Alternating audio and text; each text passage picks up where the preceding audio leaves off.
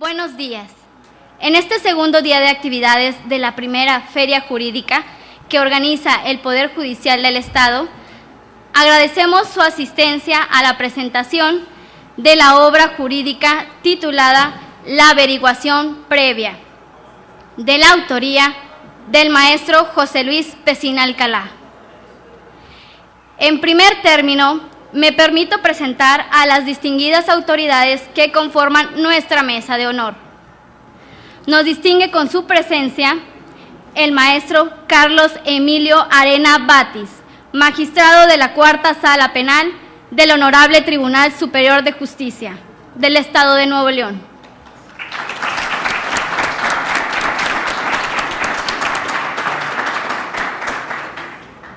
La doctora Mirna Elia García Barrera, directora general del Instituto de la Judicatura del Estado.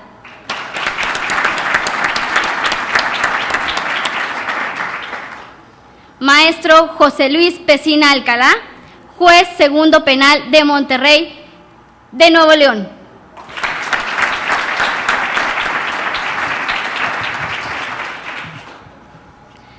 Agradecemos la presencia de los magistrados del Tribunal Superior de Justicia, consejeros de la Judicatura, jueces, funcionarios del Poder Judicial del Estado, presidentes y representantes de colegios de abogados, así también a representantes de facultades y escuelas de derecho de la entidad.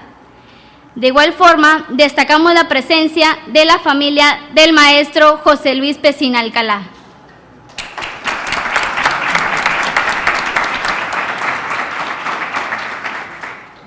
Conjuntar la pasión por la función jurisdiccional y el amor por la vocación a la docencia es hablar indudablemente del maestro José Luis Pesina Alcalá.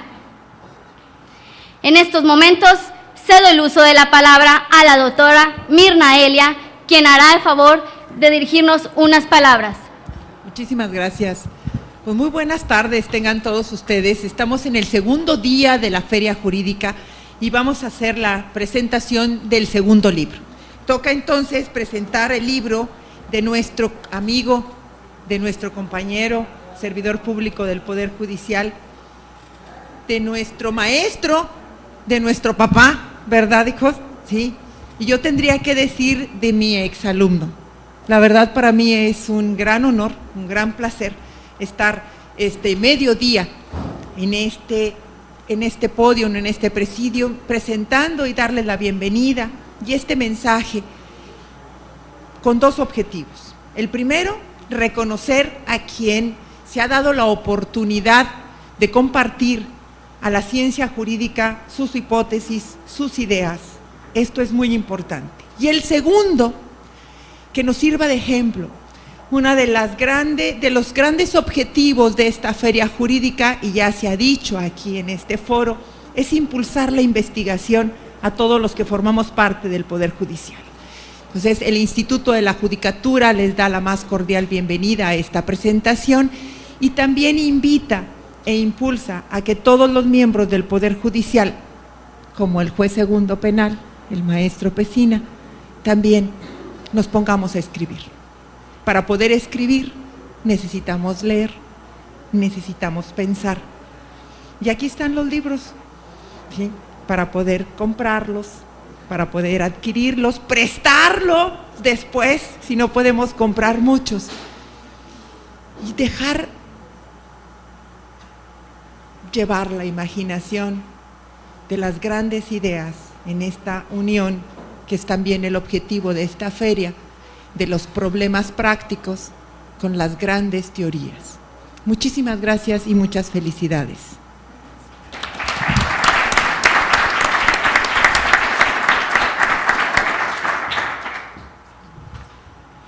Me permito hacer una breve referencia del currículum del licenciado que presenta hoy su obra. Es licenciado en Derecho, egresado de la Facultad de Derecho y Ciencias Sociales de la Universidad Autónoma de Nuevo León, institución en donde también obtuvo el grado de maestro en Ciencias Penales. Egresado del 8º curso de posgrado en Derecho en la especialidad de Medicina Legal, Investigación Criminal y política científica en la Universidad de Salamanca, en España, en donde obtuvo el certificado de apto. Cursó el doctorado en problemas actuales del derecho penal y de la criminología, impartiendo en la Facultad de Derecho y Criminología de la Universidad Autónoma de Nuevo León, por la Universidad Pablo de Olavide de España.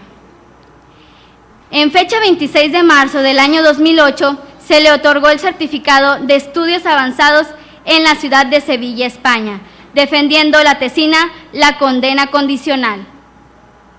Ha sido docente en el Centro de Estudios Universitarios y en la Facultad de Derecho y Criminología de la Universidad Autónoma de Nuevo León.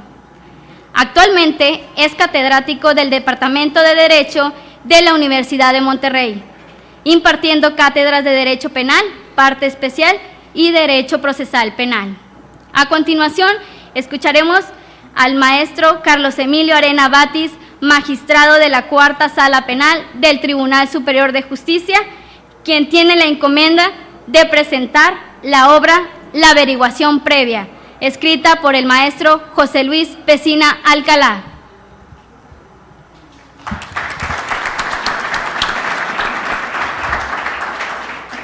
Bueno, en primer lugar, desde luego agradezco a la doctora Mirnaelia García que me haya propuesto como presentador de esta obra, y agradezco desde luego al maestro Pesina que haya aceptado, y agradezco por dos razones. La primera, desde luego, que para mí es un honor presentar esta obra del maestro Pesina, a quien yo le tengo admiración desde luego por su trabajo, por su entusiasmo académico.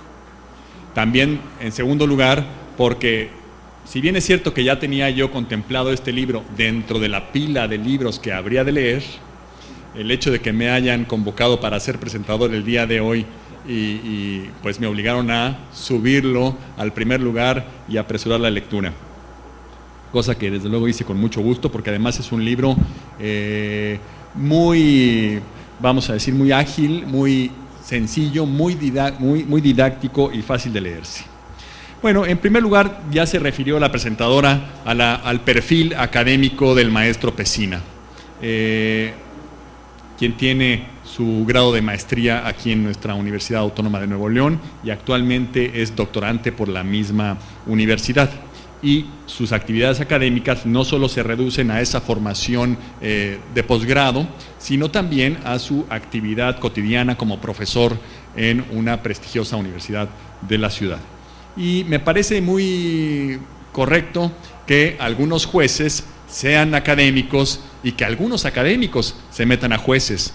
No quiero decir que necesariamente todos los juzgadores deban hacerlo, pero creo que es muy sano para el Poder Judicial que haya por lo menos alguna proporción de miembros con este perfil, que tienen tanto la vocación de jueces como la vocación académica. Creo que se enriquece tanto la academia como la judicatura con perfiles como los del maestro Pesina.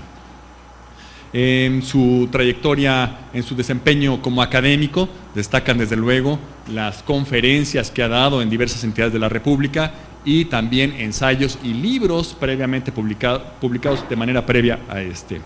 En fin, por lo tanto, no cabe duda de que este perfil académico del maestro Pesina nos da ahora un nuevo fruto, que es este libro sobre la averiguación previa.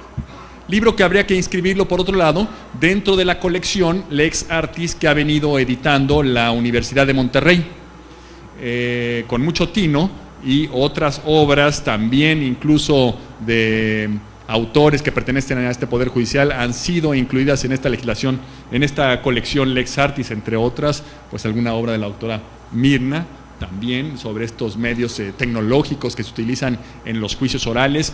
En fin, la Universidad de Monterrey está estimulando este programa editorial, y a los libros, como a cualquier escrito, hay que calificarlos en función de si cumplen o no la finalidad que persiguen.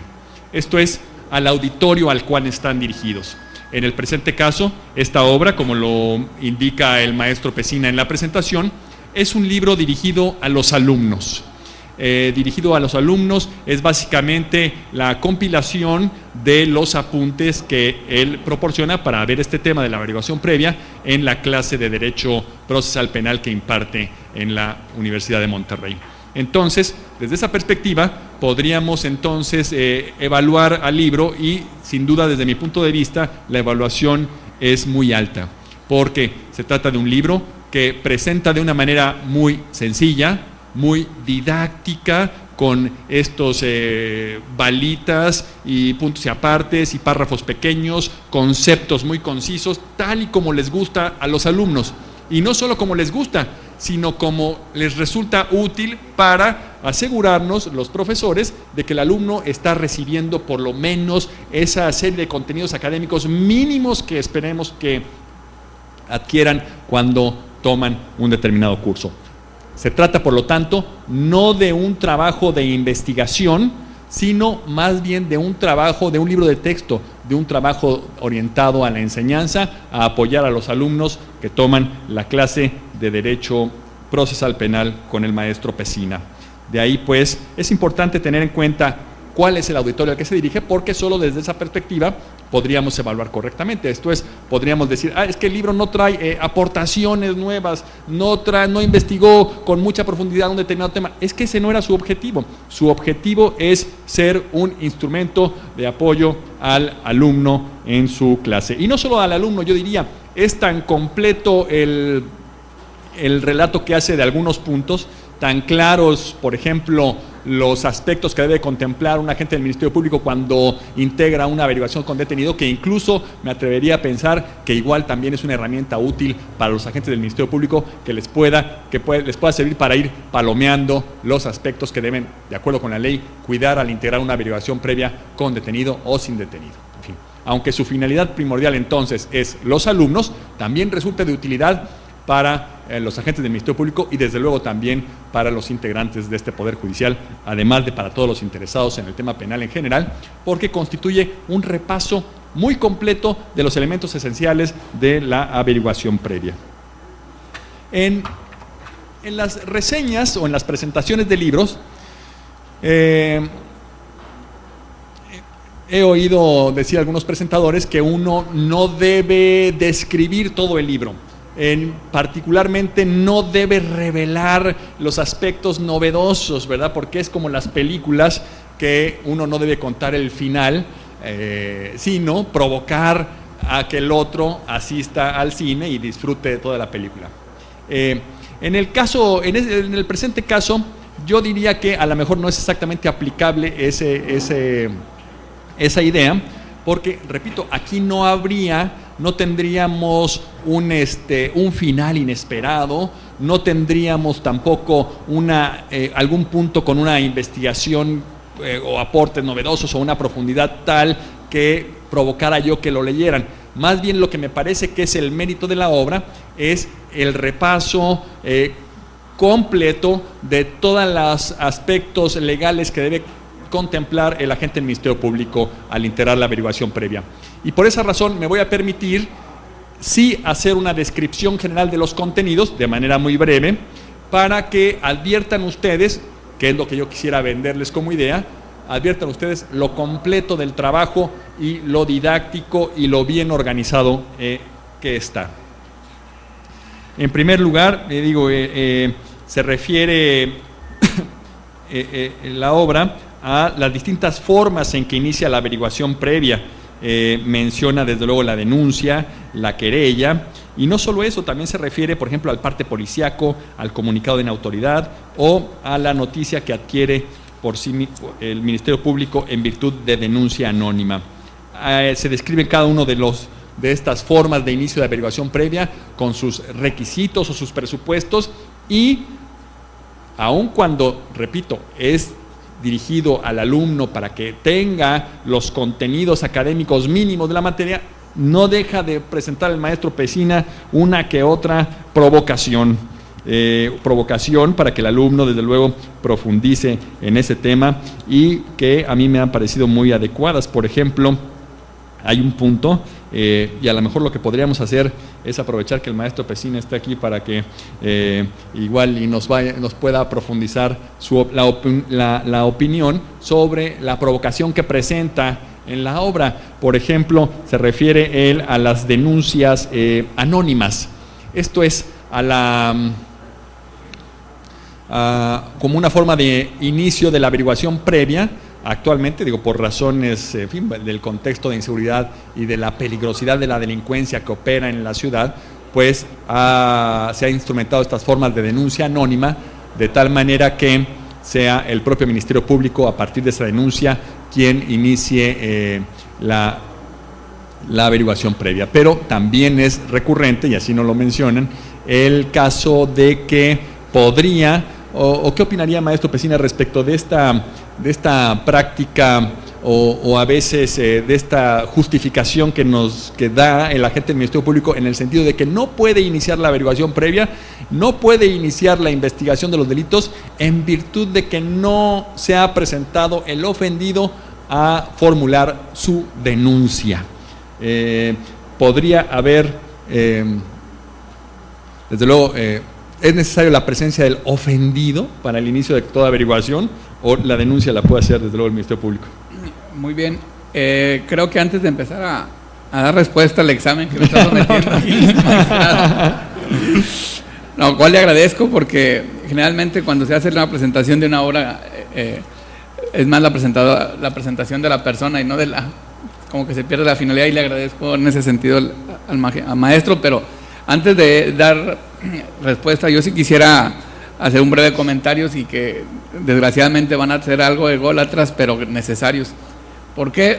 Porque sí les tengo que confesar que yo me siento algo más que orgulloso este día, estoy plenamente feliz, y tengo que decirlo porque yo fui formado desde meritorio en el Poder Judicial.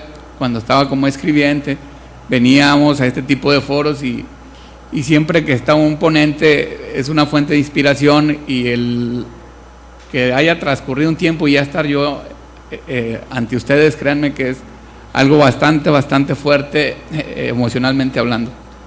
Y sí viene a culminar el día de hoy una cuestión de dos sueños. Uno es en forma de risa y el otro es verdadero. Uno de sueño se le estoy cumpliendo a un compañero cuando éramos secretarios de sala, el licenciado Valeriano. Estábamos haciendo un proyecto y me dice un día: oye, Pesina, soñé que había ido a la biblioteca y estaba un libro tuyo ahí. Entonces creo que ya se le puede cumplir al maestro, porque si va a la biblioteca ya va a ver ese libro, ¿verdad?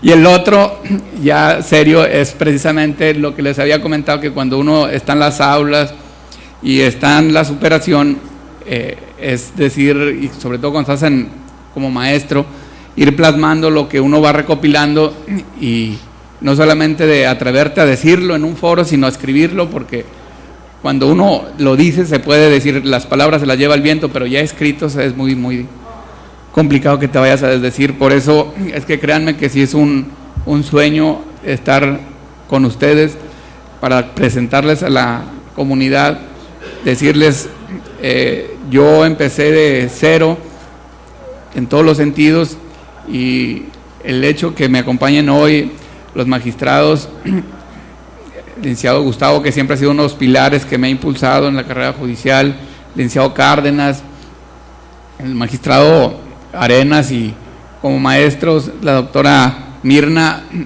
no solamente en las aulas sino fuera de las aulas, mis compañeros Julio César, académicamente, Rubén, Demetrio, en fin, todos aquí presentes, mi hermana que va de la mano conmigo en el Poder Judicial, y mis hijos. Entonces créanme que es un gran orgullo estar con ustedes, el que me acompañe la mayor parte de la plantilla del juzgado, porque saben que un trabajo de esta naturaleza no se puede hacer solo.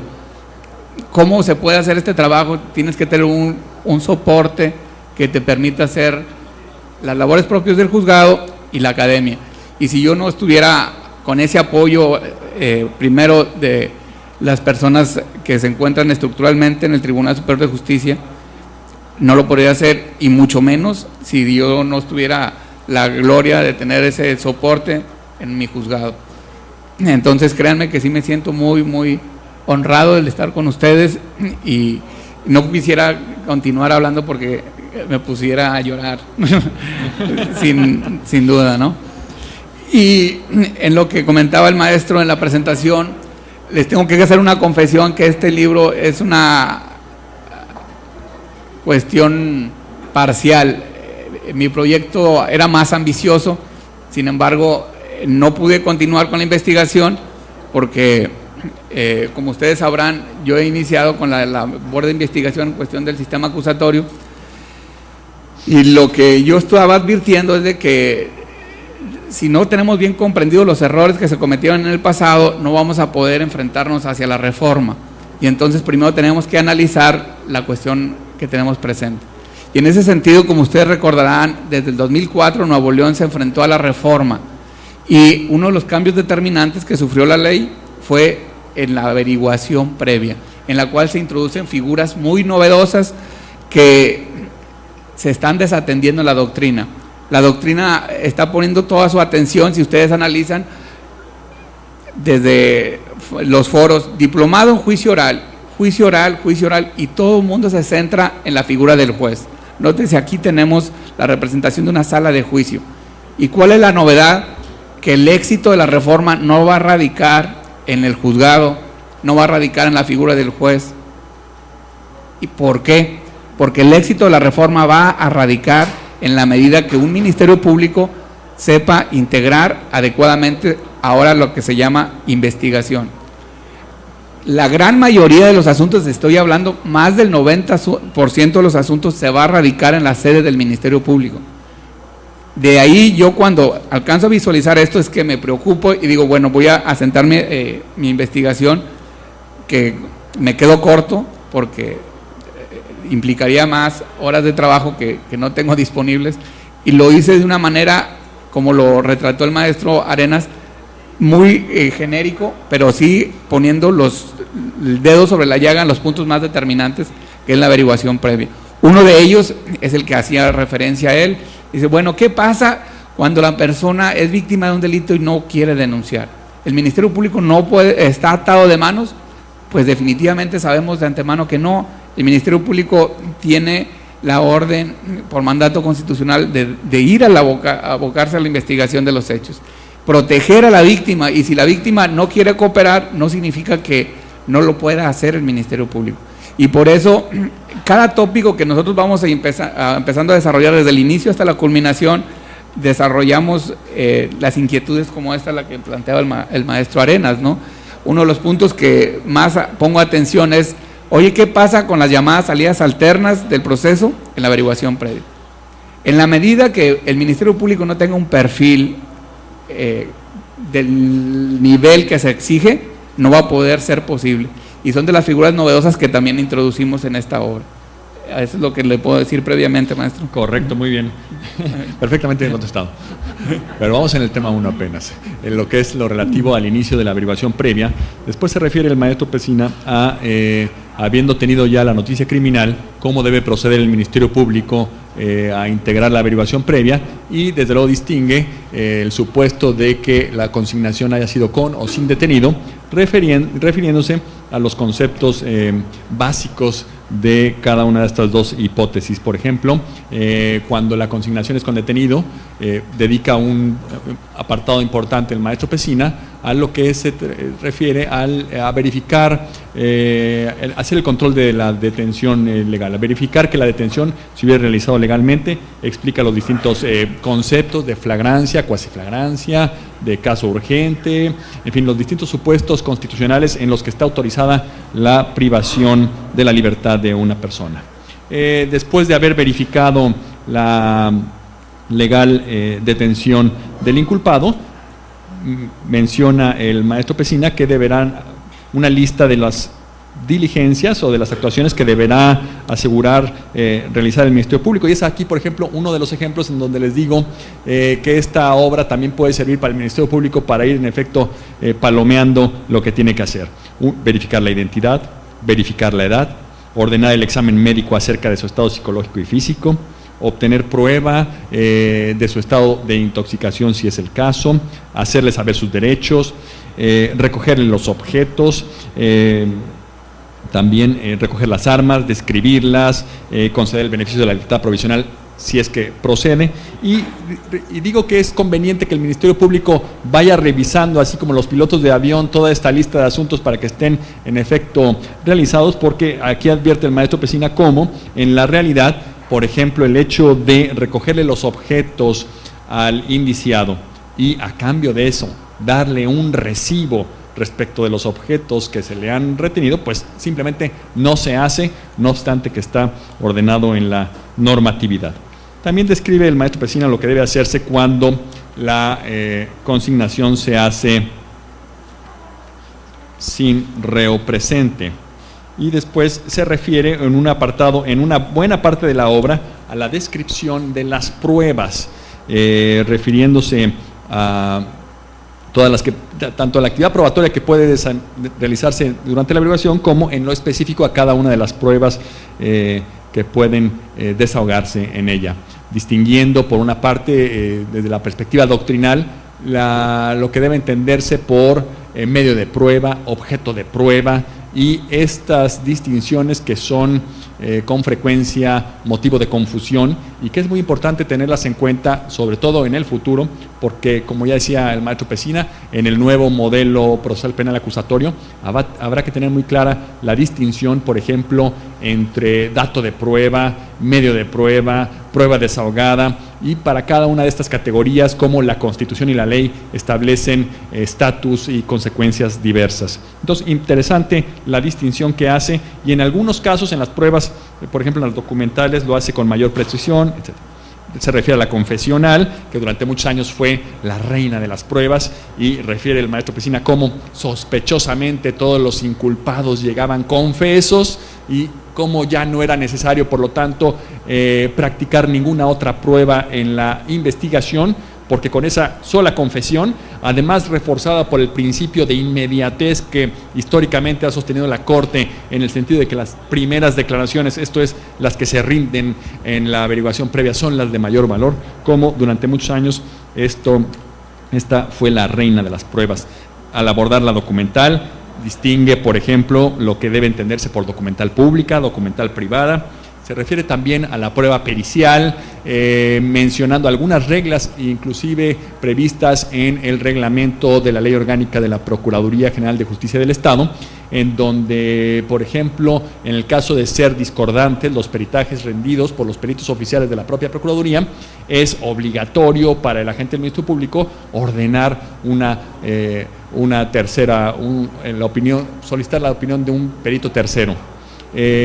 Las periciales, incluso también aquí una nueva provocación del maestro Pesina, en el sentido de cómo la pericial durante el desahogo de la averiguación pues ha perdido credibilidad, y cómo propone para remediar esto el darle autonomía a la Dirección de Servicios Periciales, al darle pues supongo por lo menos una autonomía técnica, de tal manera que no haya esa subordinación respecto del agente del Ministerio Público, y por lo tanto se puedan producir con mayor objetividad estas pruebas periciales. Así ocurre en otros países en donde la Dirección de Servicios Periciales es autónoma respecto de la Procuraduría, y no solamente está a disposición de los fiscales, también esos servicios periciales están a disposición de las respectivas defensas. Se refiere el maestro Pesina, también describe tanto doctrinalmente como lo que ocurre en la práctica respecto de la inspección y la reconstrucción.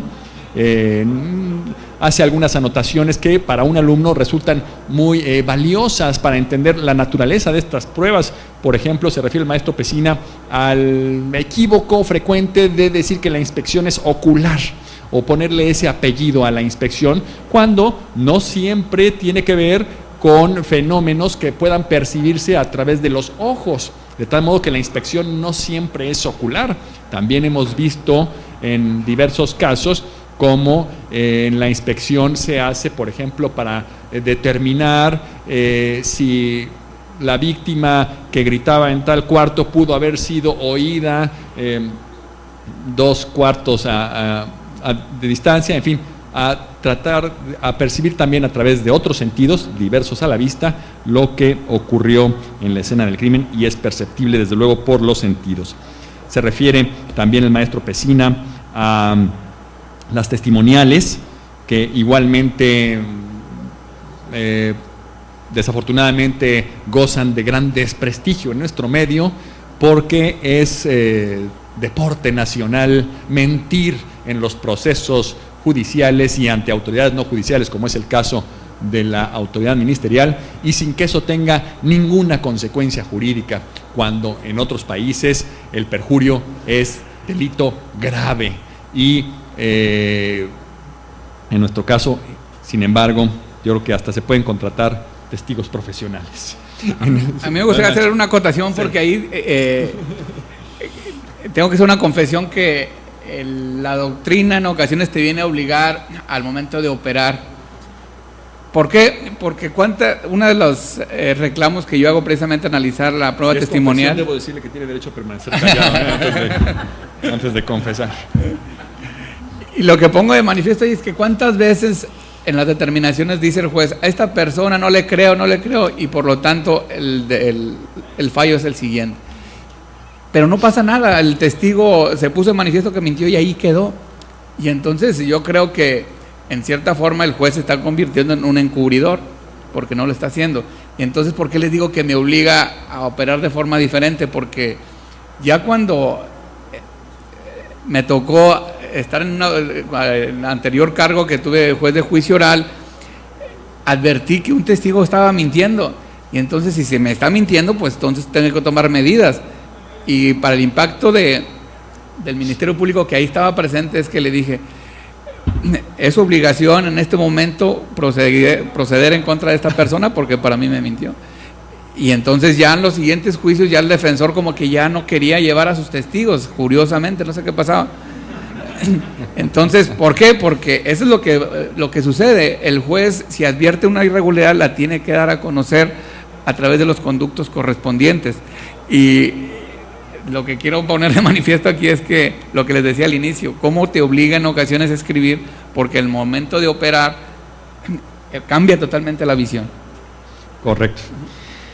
También, además, se refiere el maestro Pesina a la prueba de careo, a la confrontación, a la prueba de indicios. En la prueba de indicios es particularmente interesante las reflexiones que nos presenta, porque la prueba indiciaria, que ahora se ha vuelto la reina de las pruebas en sustitución de la confesional de antaño, pues es una prueba que hay que confesar, tiene sus complejidades tan epistemológicas y legales, y de tal manera que a mí me pareció muy adecuado el tratamiento que el maestro Pesina, y muy adecuado incluso en la selección de los aspectos que decide incluir en el libro, porque repito, este libro es más bien una selección de los aspectos que todo alumno debe tener presente, y desde luego por sentado se da que también los deberá tener presente cualquier profesionista. Entonces, una manera, los aspectos principales que debatibles en el tema de la prueba de indicios, aquí los apunta el maestro Pesina. Es cierto que en el nuevo modelo procesal penal acusatorio, la valoración de la prueba será ahora conforme al modelo libre y lógico, y no tanto al esquema mixto con prueba tasada que actualmente tenemos. Sin embargo, eso no afecta la utilidad de las reflexiones que presenta aquí el maestro Pesina en buena parte del libro, que lo dedica a la prueba, porque se refiere no tanto a la valoración de la prueba, sino a la naturaleza misma de las diversas pruebas, a los presupuestos que cada una debe cumplir, a los requisitos que deben tenerse, que deben satisfacerse para considerar producida la prueba. Habla el maestro Pesina también, por ejemplo, refiriéndose a la naturaleza, habla de la diferencia entre las pruebas directas o las pruebas indirectas, o las pruebas observacionales o inductivas o deductivas, y ya me había yo referido también a la distinción que hace entre lo que es el medio de prueba y el objeto de prueba. Esto es el vehículo de la versión respecto de cómo acontecieron los hechos, y por otro lado la verdad que procura acreditarse con el desahogo de la prueba. Hay varios aspectos puntuales que me llamaron la atención.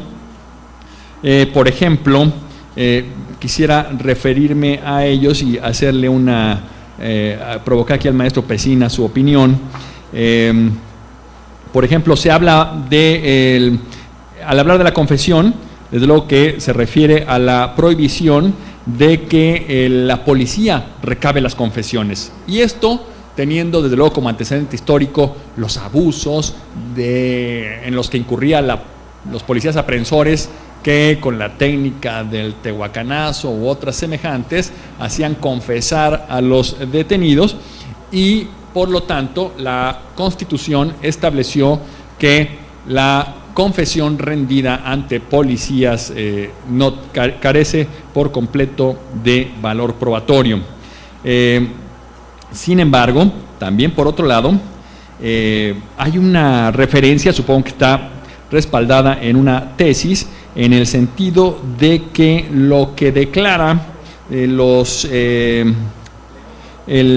dice en la sede judicial, asuntos en los que aparece una confesión y los elementos aprensores hacen señalamientos de que ante ellos confesaron, estas solo serán tomadas en consideración como simples indicios. Entonces, en fin, me quiero referir por lo tanto a cómo tanto la ley como la jurisprudencia no han sido categóricos en decir, por ejemplo, las confesiones rendidas ante policías aprensores carecen absolutamente de todo valor, como lo señala la Constitución, sino que hay tesis en donde dice, bueno, puede ser como indicio, o también el testigo de oídas. Sí, claro, hubo una tesis de jurisprudencia reciente en la que establece la Corte que el testigo de oídas carece de todo valor probatorio. Sin embargo, también hemos visto otras tesis y sería lo lógico que el testigo de oídas, en ciertos casos, también pueda servir su testimonio como indicio. Recientemente, quiero decir, hace cosa de 2 meses, la Corte igualmente se refirió a estas declaraciones que hacen los inculpados ante los peritos en psicologías en la entrevista que se les hace, ¿verdad? Entrevista que se hace desde luego sin la presencia de abogado defensor, además con las técnicas de empatía y cosas por el estilo que utilizan los psicólogos, de tal modo que son muy buenos para sacar la sopa, ¿verdad? Yo estoy seguro que todos ustedes, los que trabajan aquí en el Poder Judicial, pues todos acudimos ahí a la entrevista con el psicólogo a leer ese parrafito en donde los psicólogos resumen de una manera formidable todo el asunto y con frecuencia se ve la efectiva participación del inculpado en el caso. Bueno, la Corte ha dicho que esas manifestaciones rendidas ante psicólogo también pueden valorarse como indicio, no obstante que se rindieron, repito, sin lectura previa de los derechos del indiciado, sin presencia de abogado y a veces entonces, y máxime que ahora, digo, la Constitución establece que precisamente la confesión rendida ante la policía o ante la autoridad a ver, por aquí traía yo la notita para no, bueno, el artículo 20 constitucional dice que la confesión rendida ante autoridad judicial o ante cualquier autoridad carecerá de valor probatorio, y la rendida ante la autoridad judicial o el Ministerio Público solamente tendrá valor cuando se rinda con la presencia de abogado defensor. Ese artículo 20 fue ahora reformado y inclusive dice, ya no se refiere a la autoridad, sino que en términos más amplios, bueno, créanme ustedes que así es, porque ya olvidé el papelito, el artículo 20 constitucional, en su apartado B, que se refiere a los derechos del inculpado, creo que es la fracción segunda, en su parte final, ahora reformada por la Constitución, dice que la confesión rendida por el inculpado sin la presencia de abogado defensor carecerá de todo valor probatorio. Ya no lo limita a la confesión rendida ante autoridad, sino entonces podría ser cualquier confesión rendida incluso de manera espontánea ante sus amigos, o la confesión rendida ante psicólogo que la entrevista, y desde luego con mayor razón la que rinde ante autoridad sin la presencia de abogado defensor, dice la Constitución, carecerá de todo valor probatorio. Yo estoy seguro que también en este caso la jurisprudencia va a matizar, porque no puede llegarse a ese extremo de que no pueda ser el inculpado fuente de información para la investigación. Y en ese sentido el comentario, a ver, quería preguntarle al maestro Pesina, ¿cómo, digamos, el inculpado como fuente de información para la investigación?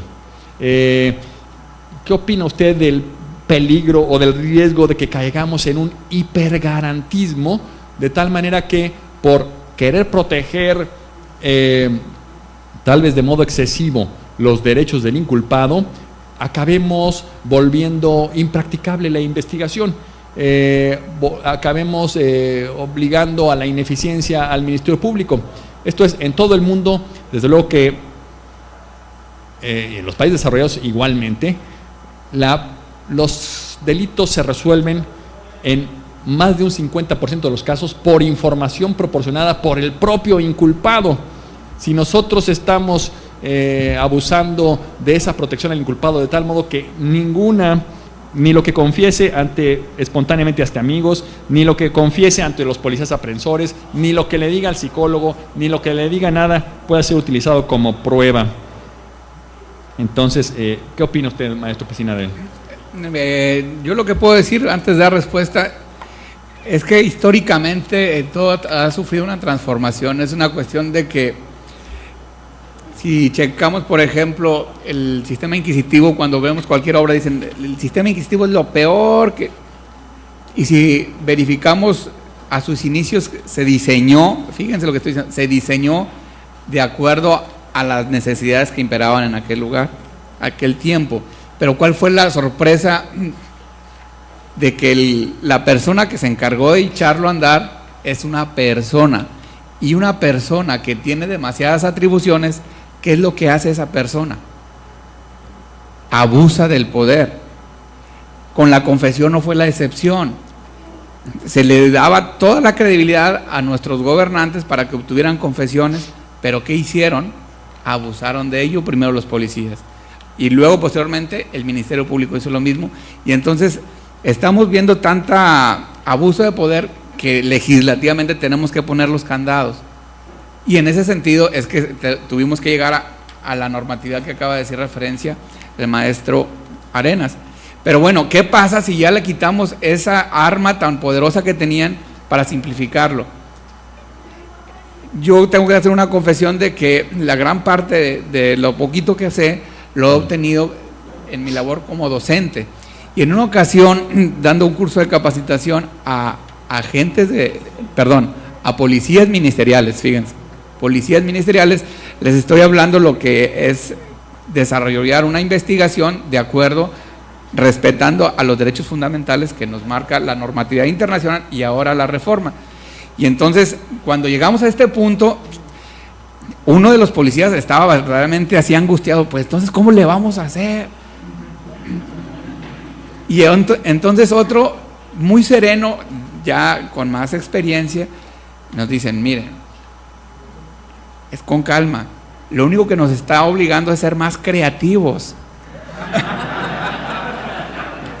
Entonces, maestro, a la creatividad que decía el policía, yo quiero pensar que se está refiriendo a que se tienen que auxiliar de los peritos, claro, y obvio, a través de una labor científica. Obvio que eso es, sí, claro. Y entonces, a decir verdad, tiene que ser así, porque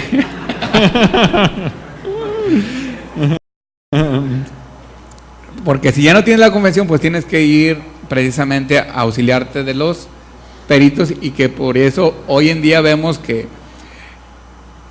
Dirección de Servicios Periciales está teniendo un crecimiento espeluznante, precisamente porque como no están valiéndose de la confesión, tienen que recurrir a la criminalística de campo, y tiene que ser de otra manera. No nos va a quedar de otra más que la mayoría de los asuntos que se va a resolver, todo va a ser a través del auxilio de los peritos, pero peritos de una manera científica, no peritos que van a acudir ante la autoridad y van a decir por mi leal saber y entender. No, tiene que hacer a través del método científico su conclusión. Perfecto. Bueno, para ajustarnos al tiempo voy a hacer un último comentario y desde luego darle también al maestro Pesina derecho de defensa por unos minutos finales. Y bueno, el último comentario es referir también que el libro igualmente se refiere a instituciones jurídicas que se han venido adoptando para que el Ministerio Público pueda obtener los medios de prueba, o la prueba más bien en la averiguación previa, como por ejemplo la recompensa, el delator, el agente encubierto y en ciertos casos, por ejemplo, para escuchas telefónicas, la intervención del Poder Judicial Federal.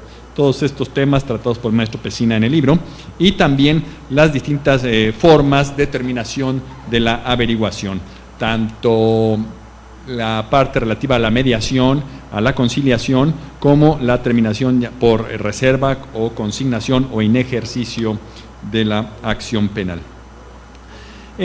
Yo quisiera, por último, desde luego, en primer término, felicitar al maestro Pesina por su obra. Me parece que es de gran utilidad porque, como él ya se refirió, la averiguación previa y, en términos generales, la actuación de la Procuraduría en este y en el próximo modelo procesal penal, con mayor razón, es fundamental. Me parece entonces que es una buena contribución. En segundo lugar, yo diría que el maestro Pesina pues tiene ahora un reto, que estoy seguro que ya lo estará cavilando, de que este trabajo respecto de la averiguación tendrá ahora que hacer otro respecto de la investigación en el nuevo modelo penal acusatorio, porque esto está hecho con las normas vigentes actualmente en nuestro Estado y que lo estarán desde luego todavía por algunos años más, de ahí su utilidad. Pero habrá que hacer la nueva obra con referencia al nuevo modelo. Y si me permite, y una pequeña crítica. Mi crítica, digo, porque si uno habla puras cosas buenas se vuelve sospechoso, ¿no? Entonces, tiene que dar ahí aunque sea una pequeña puya. Y mi crítica o sugerencia sería en el sentido de que me parece la obra muy completa como guía para la actuación del agente del Ministerio Público. Sin embargo, habría otros actores que inciden en la investigación y que me gustaría que hubiera en la obra algunas páginas dedicadas a su intervención. Concretamente me refiero a la policía. La labor de la policía dentro de la averiguación previa, particularmente las normas legales que deben tomar en cuenta e incluso las buenas prácticas que deben tomar en cuenta en lo que se refiere al acopio, al embalaje, a la clasificación, al análisis de la prueba, a la presentación, a la preservación de la escena del crimen y de la prueba en general. Es cierto que la actuación de la policía perfectamente podría controlarse con las reglas de producción de la prueba. No hay investigación sin policía y la actuación de la policía la podemos desde luego ir modulando con reglas jurídicas que tienen que ver con la producción y la introducción de la prueba al proceso. Pero habría también además otras actuaciones de la policía en la investigación, como son los antecedentes de investigación, que también es conveniente referirse a ellos. Esto es, la policía no está completamente atada, por ejemplo, está atada en su actuación que incide en producción de prueba. Esto es, si quiere entrevistar al inculpado, pues lo tiene que hacer más bien, si quiere obtener de él una declaración con valor de prueba, tiene que sujetarse a las reglas que establece el código para la producción de esta prueba. Sin embargo, si simplemente quiere hacer una entrevista, lo puede hacer sin la necesidad del abogado defensor, una entrevista para obtener datos que resulten útiles para conducir la investigación respecto del hecho criminal. Bueno, y un segundo elemento que yo vería también, o me gustaría verlo más desarrollado, sería el relativo a la participación del inculpado o del indiciado y su defensa en la averiguación previa, los derechos que estos tienen dentro de la averiguación previa. Pero Maestro Pesina, de verdad, mi felicitación más cálida por su trabajo y estoy seguro que en el futuro nos irá dando otros trabajos sobre este tema y sobre otros temas. Pero denos su opinión final, por favor. Pues muy agradecido con el Tribunal Superior de Justicia, como les comenté, el estar el día de hoy con ustedes, la doctora Mirna, que no ha cesado en impulsar este tipo de eventos. Y si verifican, ya se produjo el primer efecto que yo buscaba con la presente publicación.